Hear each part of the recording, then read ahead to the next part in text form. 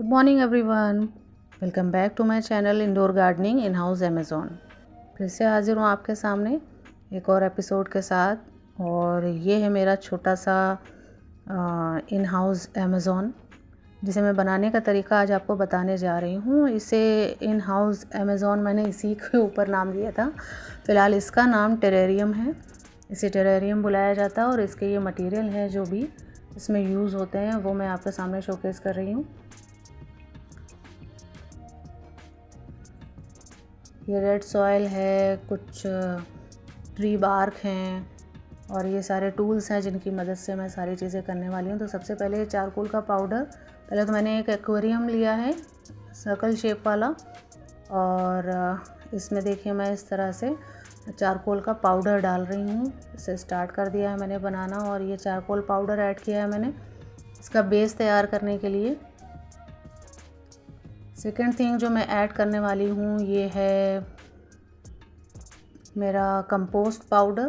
Compost भी मैंने powdered form use किया हुआ है, क्योंकि इसमें सॉइल बहुत ही अलग टाइप की सॉइल जानी है। ये एक रेड सॉइल होती है जो बहुत ही सॉगी होती है, बहुत ज़्यादा मॉइस्चर कंटेन रखने वाली होती है बहुत लॉन्ग टाइम के लिए। तो मैंने इसका यूज़ किया है। टेरेरियम में मोस्ट प्रॉब्ली यही सॉइल यूज़ होती है, क्योंकि इसे वो मॉइस्चर होल्ड करके रखना पसंद होता है। और टेरेरियम के जितने भी प्लांट होते हैं वो भी इसी टाइप के होते हैं। तो इसको अच्छा सा शेप दूंगी मैं, पहले हाइट देने वाली हूँ। मैं फोक और स्पून का यूज़ कर रही हूँ एक। इसके बाद इसको जैसे प्लास्टर किया जाता है उस तरह से इन्हें पूरा मुझे अच्छे से एक बेस बना लेना है, लेकिन अलग अलग स्टाइल में, क्योंकि एक लैंडस्केप टाइप का ही ये भी एक फॉर्म देना है। देखिए हाइटेड रखना है, क्योंकि स्टेयरकेस जाएंगे और उसके पीछे एक पहाड़ जैसा लुक देना है मुझे। तो उसी के अकॉर्डिंग मैं एक हाइट तैयार कर रही हूँ प्रॉपरली।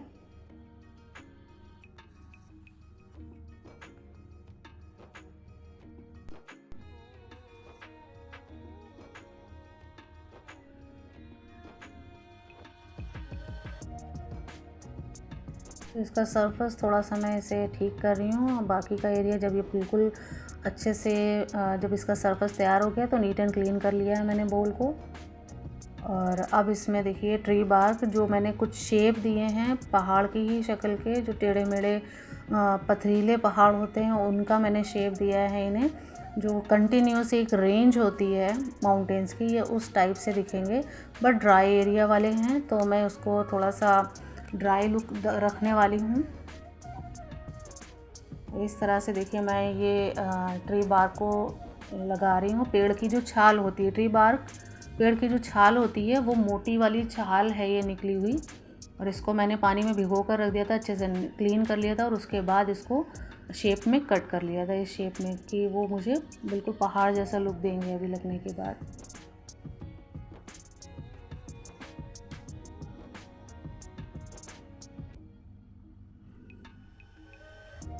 अब इसी के ये छोटे छोटे पीसेस हैं जो मैं इस जगह पर लगा रही हूँ, जिससे कि लगे कि इसी सेम स्टोन के जो ये पहाड़ हैं उसी सेम स्टोन के ये पूरे कट करके ये स्टेयर बनाया गया है। यहाँ पर इस तरह का लुक देना है मुझे।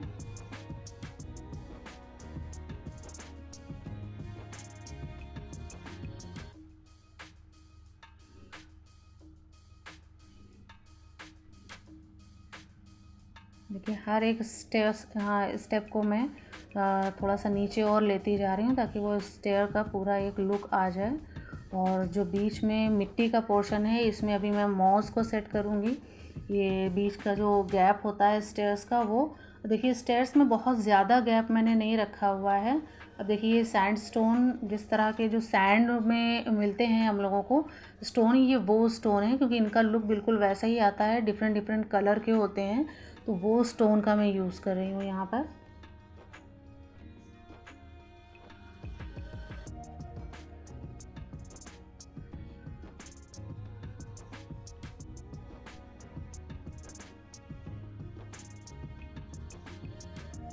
हम लोग जब कभी पहाड़ों पर जाते हैं और किसी हिल एरिया में इस तरह से किसी जगह को जब चढ़ते हैं तो आसपास देखते हैं ना कितने सारे पत्थर होते हैं और कितनी सारी ऐसी चीज़ें देखने को मिलती हैं। नेचर, उसके बीच में कितने सारे प्लांट्स, कैसे कैसे। हालांकि हिमाचल एरिया में और उत्तराखंड में तो मुझे इतने सारे प्लांट देखने को मिलते थे। और इस तरह से ये मॉस तो इतनी मिलती थी जो कि बहुत कॉस्टली है ऑनलाइन, और ये स्पेशली टेरेरियम के लिए और लैंडस्केप बनाने के लिए ही यूज़ होती है। तो ये मैंने इसको अभी जैसे कि लास्ट एपिसोड में मैंने बताया था कि ये मैं एक पार्क से ले आई थी। तो ये बारिश के दिनों में बहुत अच्छे से बहुत इजीली अवेलेबल हो जाती है, लेकिन ऑनलाइन ये बहुत कॉस्टली होती है क्योंकि ये टेरेरियम बनाने में ही यूज़ होती है।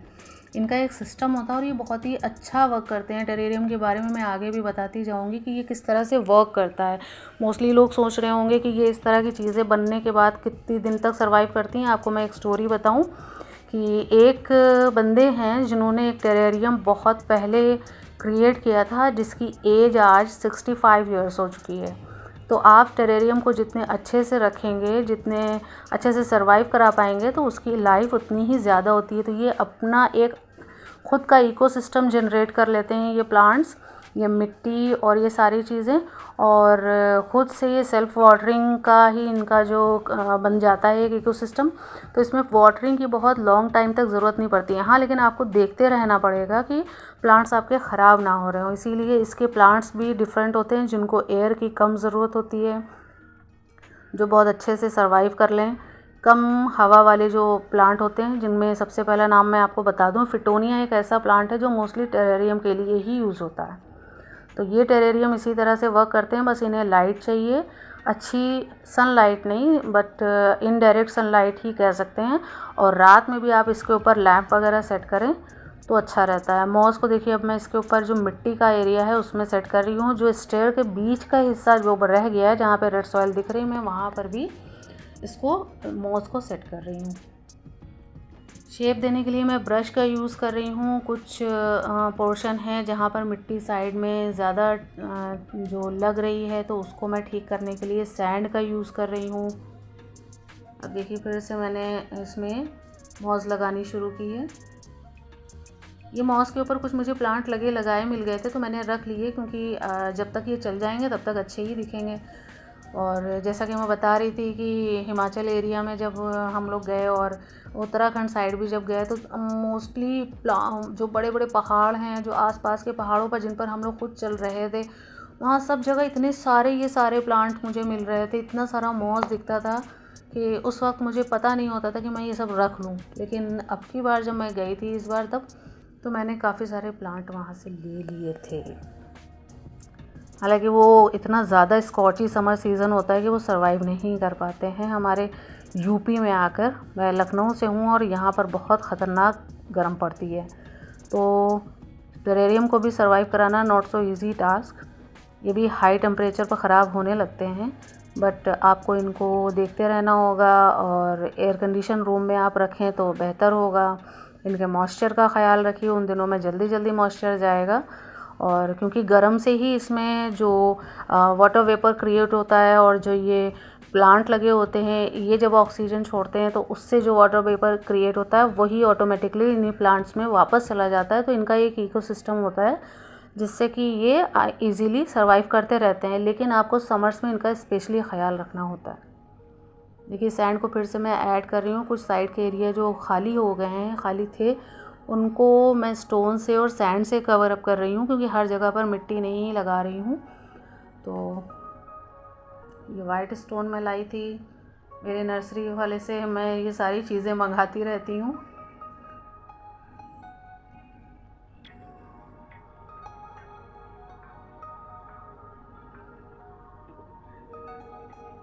कितना अच्छा लगता है ना जब ऐसी चीज़ें बनाते हैं हम।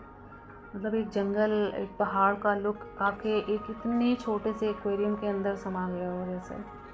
मुझे पर्सनली ये चीज़ बहुत पसंद है। मैं स्पाइडर प्लांट का यूज़ कर रही हूँ। ये मैं ट्राई करना चाहती थी कि स्पाइडर प्लांट इसमें देखने में तो अच्छा लगेगा, but how long it can survive, मुझे ये चेक करना है। तो मैं इसे ही चेक करने के लिए इसमें लगा रही हूँ। अदरवाइज़ एक एयर प्लांट होता है वो भी इसमें लगाया जाता है। और आपके कैक्टस प्लांट्स इसमें लगाए जा सकते हैं। और कई सारी वैरायटी होती हैं प्लांट्स की जो हवा कम चाहते हैं, जिसमें मैंने आपको पहला नाम बता दिया था फिटोनिया। फिटोनिया तो जितनी कम हवा मिलेगी उतना अच्छा सर्वाइव करता है, उतने क्रंची और अच्छे से उसके जो लीफ होते हैं वो रहते हैं। और जैसे ही वो बहुत ज़्यादा तेज़ हवा के संपर्क में आते हैं तो वो बिल्कुल सॉगी सा, उसका अजीब सा टेक्सचर हो जाता है, लेगी उसकी ब्रांचेस हो जाती हैं। देखिए मैं यहाँ फिटोनिया को ऐड कर रही हूँ, अब लगा रही हूँ यहाँ पर। एक और प्लांट इसमें मैं ट्राई कर रही हूँ, वो अभी रिसेंटली जो मेरी फ्रेंड ने मुझे दिया था। ये है टर्टल वाइन। ये मिनिएचर टर्टल वाइन है जो मैं एक झाड़ की तरह यूज़ कर रही हूँ इस स्टोन के पीछे, क्योंकि ये वाला जो स्टोन मैं लगा रही हूँ इसके पीछे मैंने थोड़ी सी मिट्टी लगा दी है और इस मिट्टी पर ही मैं इस प्लांट को छोटे छोटे से लगाऊंगी।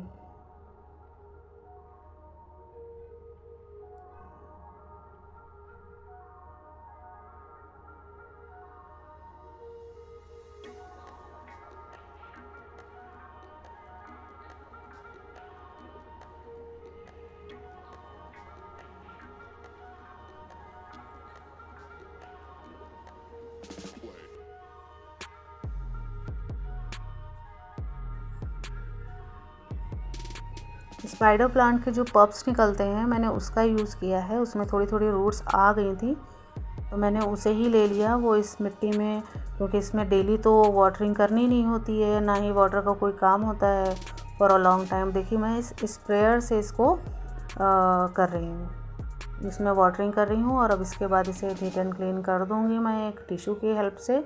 और बस इसको बराबर नीट एंड क्लीन करने की भी ज़रूरत इनफैक्ट नहीं पड़ती, बस बाहरी सरफेस आपको साफ़ करना होता है, क्योंकि फिर डस्ट आ जाती है तो इतना क्लीन नहीं दिखता है। अदरवाइज़ अंदर आपको बराबर मॉइस्चर दिखेगा, फिर थोड़े दिनों बाद वो क्लीन होता हुआ भी दिख जाएगा कि वो पहले मॉइस्चर पूरे में आता है वाटर वेपर, तो सब तरफ से कांच कवर अप हो जाता है, फिर थोड़ी देर बाद वो धीरे धीरे ड्रॉपलेट्स नीचे चले जाते हैं मिट्टी में वापस। तो ये फाइनली बनकर तैयार है और अब आप इसका फाइनल लुक देख सकते हैं कि ये कैसे दिख रहे हैं।